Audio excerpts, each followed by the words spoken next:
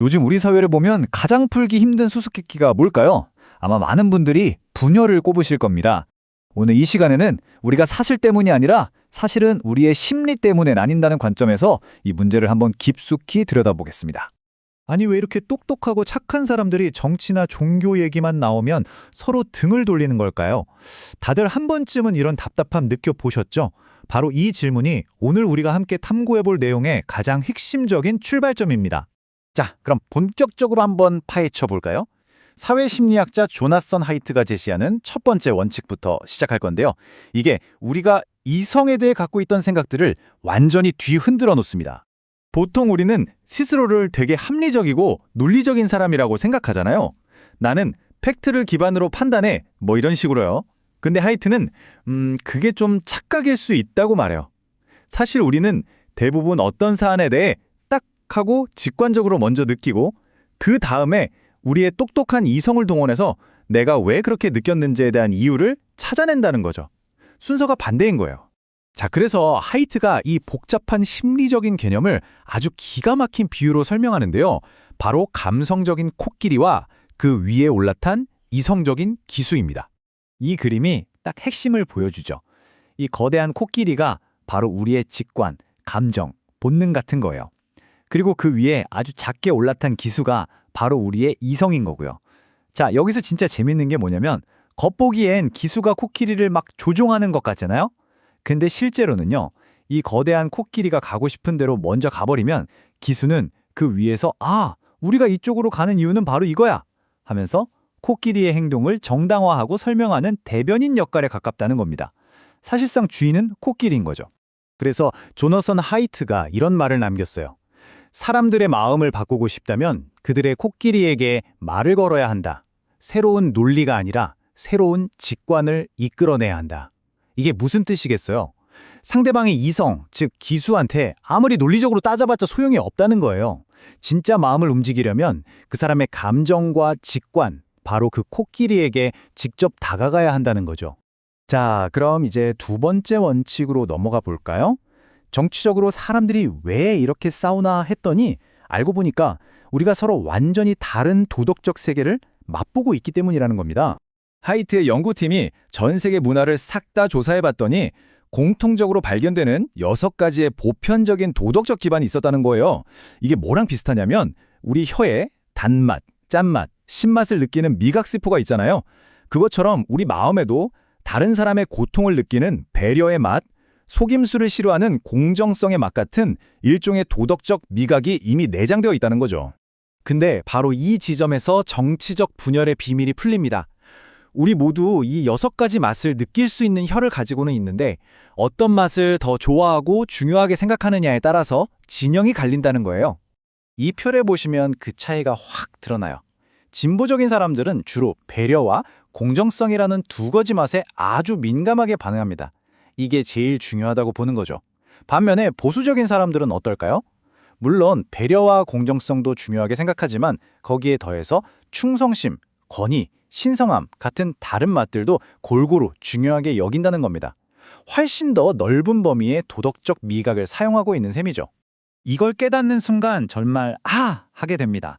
나와 의견이 다른 저 사람이 비도덕적이거나 못돼서 그런 게 아니었던 거예요. 그냥 저랑 사용하는 도덕의 레시피가, 도덕적 매트릭스가 아예 달랐던 거죠. 자, 그럼 마지막 세 번째 원칙으로 가보겠습니다. 이 원칙은 도덕이라는 게 과연 사회적으로 어떤 역할을 하는지에 대한 이야기입니다. 하이트는 우리 마음속에 아주 특별한 스위치가 하나 있다고 말해요. 바로 벌집 스위치라는 건데요. 평소에는 이게 꺼져 있어요. 그런데 예를 들어 월드컵 거리 응원을 한다거나 다 같이 떼창하는 콘서트장에 가거나 아니면 어떤 중요한 시위 현장에 참여했을 때 이 스위치가 딸깍 하고 켜진다는 겁니다.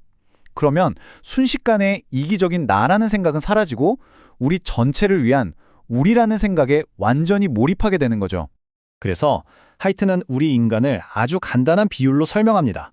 우리는 90% 정도는 이기적인 침팬지 같고 나머지 10% 정도는 집단을 위하는 벌과 같다는 거죠.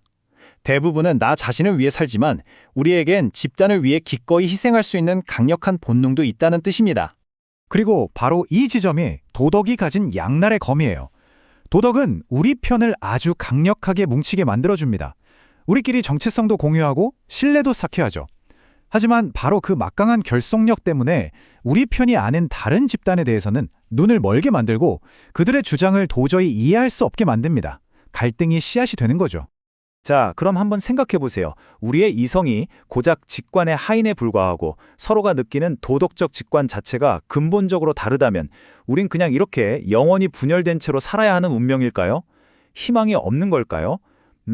여기서부터는 조금 더 희망적인 이야기로 방향을 틀어보겠습니다.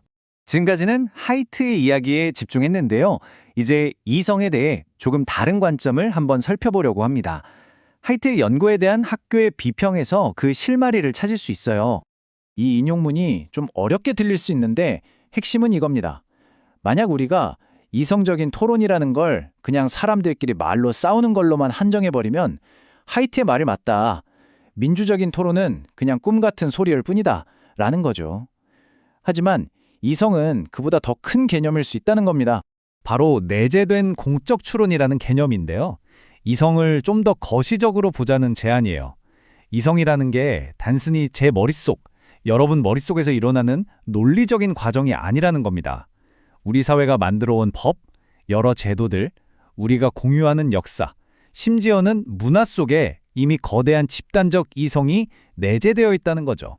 그러니까 목표는 이성을 버리자는 게 절대 아니에요. 오히려 우리가 생각했던 것보다 이성이라는 게 훨씬 더 크고 사회적인 차원에서 작동한다는 걸 이해하자는 거죠. 자, 오늘 이야기의 핵심 다시 한번 정리해 볼까요?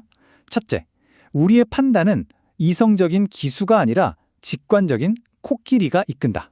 둘째, 사람들은 서로 다른 도덕적 미각을 가지고 있고 이게 바로 정치적 분열의 핵심 원인이다. 그리고 마지막 셋째, 인간의 집단주의적 본성은 우리를 뭉치게도 하지만 동시에 서로에게 눈을 멀게도 한다. 이 세 가지 심리적 원칙을 이해하는 것, 바로 이게 건설적인 대화를 위한 가장 첫 번째 발걸음이 될 겁니다. 오늘 분석은 이 질문으로 마무리하고 싶습니다. 우리가 상대방의 기수, 즉 그 사람의 논리를 당장 설득할 수는 없을지도 모릅니다. 하지만 최소한 그 사람의 마음을 움직이는 근본적인 직관, 바로 그 사람의 코끼리는 도대체 어떤 모습일지 이해하려고 노력해 볼 수는 있지 않을까요? 어쩌면 지금 우리에게 가장 필요한 건 바로 그 노력이 아닐까 싶습니다.